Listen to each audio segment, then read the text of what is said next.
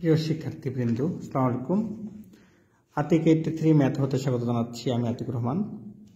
আলোচনা করছি অনার্স চতুর্থ বর্ষের টপোলজি বইয়ের টপজগৎ অধ্যায় থেকে একটি প্রশ্ন। 3 উপাদান বিশিষ্ট একটি সেটের জন্য ঠিক 4টি উপাদানযুক্ত সকল টপোলজি লেখো। অথবা x সমান 3 উপাদান হচ্ছে a b c এর 4 সদস্য বিশিষ্ট সকল টপোলজির তালিকা প্রণয়ন করো। তাহলে আমাদের এটা জানতে হলে প্রথমে জানতে হবে টপোলজি কি। দেখো, টপোলজি একটি অশূন্যক সেট, মানে ফাঁকা নয়, x এর কতগুলো উপসেটের সংগ্রহটিকে টপোলজি বলে যদি ইহা নিম্নের শর্ত সিদ্ধ করে।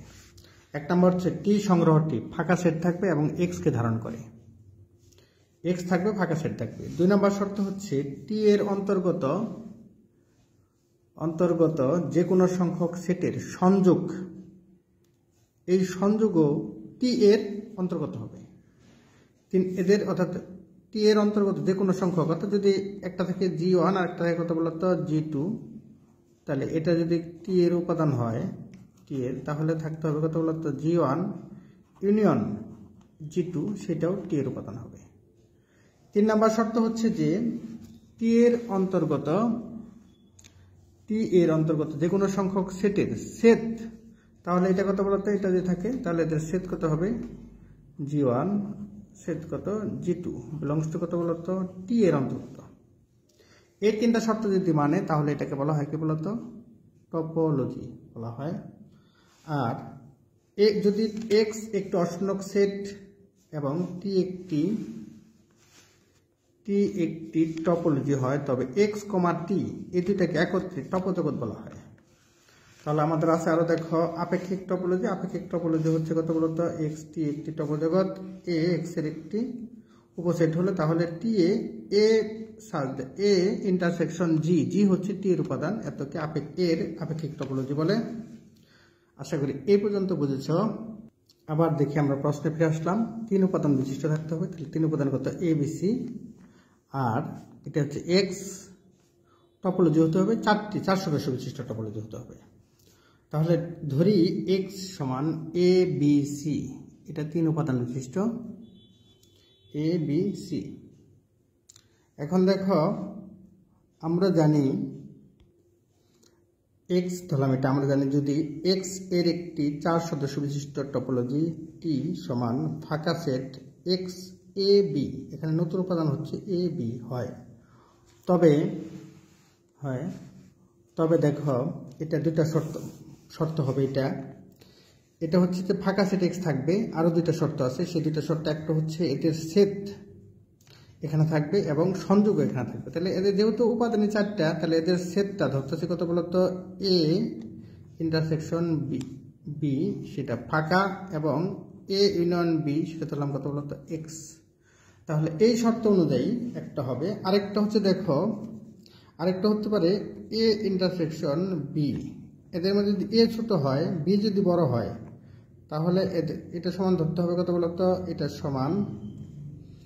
সমান হচ্ছে কত বলতো b, অথবা a ইন্টারসেকশন b সমান ধরতে পারি কত a। এরকম যদি ধরি, তাহলে a যদি ধরি, প্রথমে ধরছি 2 নাম্বার, a যদি ধরি, তাহলে দেখো ফাঁকার থেকে এখানে তাহলে বড় কোনটা, ছোট হচ্ছে কত, যেহেতু সেটের মাধ্যমে আসছে, তাহলে সেট হচ্ছে ছোট উপাদানগুলো নেয় কমন উপাদান, তাহলে a ছোট, তাহলে কত ফাঁকার থেকে কত বলতো, ফাঁকা সেটের থেকে a বড়, a থেকে তাহলে b বড়, b থেকে x বড়। আর যদি এটা শর্ত ফিল আপ করে তাহলে এখানে b ছোট, তার মানে ফাঁকার থেকে কত বলতো b বড় বা উপসেট, b এর উপসেট ফাঁকা, b হচ্ছে a এর উপসেট, a হচ্ছে x এর উপসেট। এইটা শর্ত মানবে। এখানে যে কোনো এই 3টা শর্ত আছে, দেখো একটা। তাহলে প্রথম শর্ত অনুযায়ী a আর b, যদি a ইন্টারসেকশন b ফাঁকা এবং a b x হয়, দেখি তাহলে কি হতে পারে। প্রথম 1 নং শর্ত অনুযায়ী, তাহলে দেখো 1 নং শর্ত অনুযায়ী হয় x।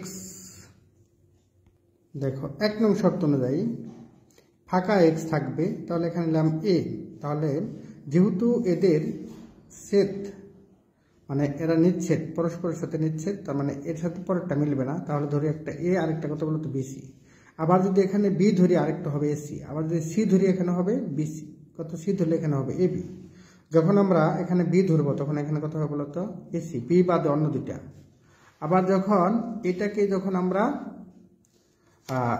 ফাঁকা এক্স, এটা T1 T2 T3, তাহলে এটা কত সি ধরলে পারে কত হবে বলতো এ বি। লক্ষ্য করো এখানে দেখো এটা আর এটার ছেদ নিচ্ছেদ, এটা আর এটাও নিচ্ছেদ, এটা আর এটাও নিচ্ছেদ, এবং এদের সংযোগটা মানে A B C, A B C মানে কিন্তু এক্স।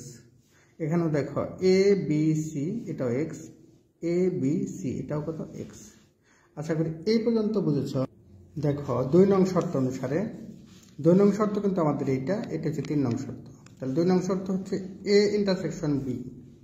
তাহলে আমরা এখান থেকে ধরতে পারি একটা উপাদান ধরি এ ইন্টারসেকশন বি, এখানে হয় এ, তার মানে ছোট উপাদান হয়, তাহলে এ আর ধরলাম এ বি, কারণ এ বি এর উপসেট হচ্ছে এ। দেখো এ বি, এই যে এটাকে যদি এ ধরি, এটাকে বড় হাতের এ ধরলাম, এটাকে কত বলতো বি ধরলাম, তাহলে দেখো এটা এ এবং বি এর সেট ইন্টারসেকশন হচ্ছে কত বলতো এ, এটার এটা ইন্টারসেকশন হবে এ।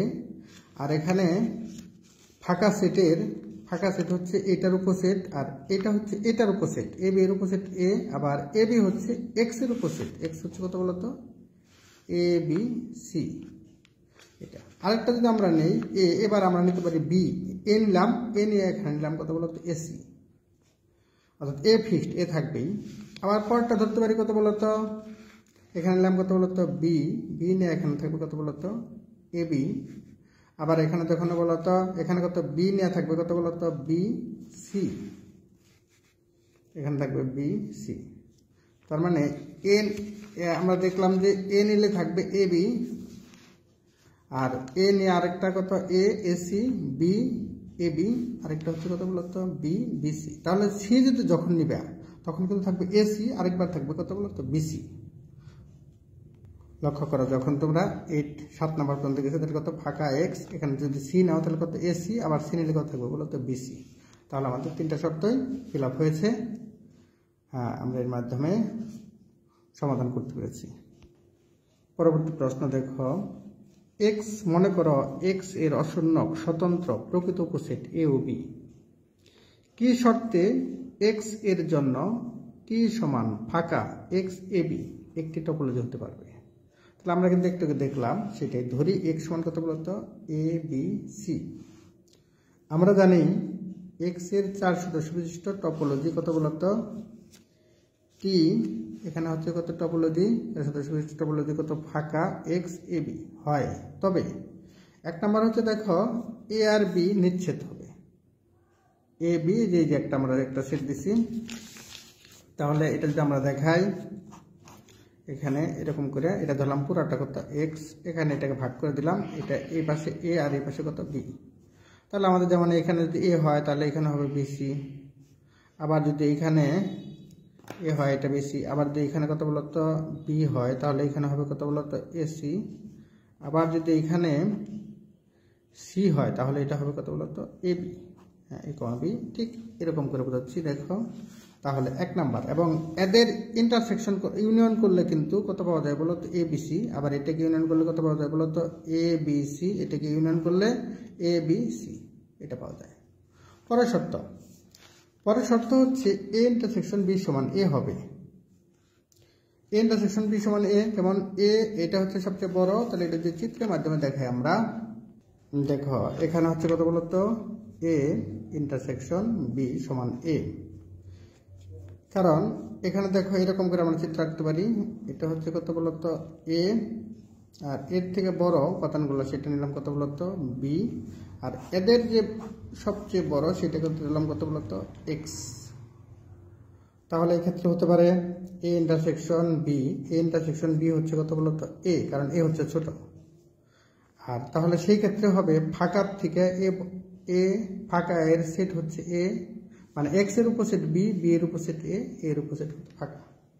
আর যদি এইটা এরকম না হয়ে এরকম হয়, দেখো এটা ধরলাম এক্স, একটা আর একটা ধরলাম এটা, অর্থাৎ এই ক্ষেত্রে হচ্ছে কত, এটা ধরলাম বি আর এটা ধরলাম কত এ ধরি যদি এ, তাহলে কিন্তু এখানে হবে ফাঁকা, ফাঁকার থেকে বড় কত বলতো বি, বির থেকে বড় কত এ, এর থেকে বড় কত বলতো এক্স, অথবা কত এখানে কিন্তু এ আর বি ইন্টারসেকশন করলে হয় বি, তাহলে ফাঁকার থেকে বি বড়, বির থেকে এ বড়, এর থেকে এক্স বড়, অর্থাৎ এক্স এক্স এর অপোজিট এ, এর অপোজিট বি, বি এর অপোজিট ফাঁকা। আশা করি এই পর্যন্ত তোমরা বুঝতে পারছো।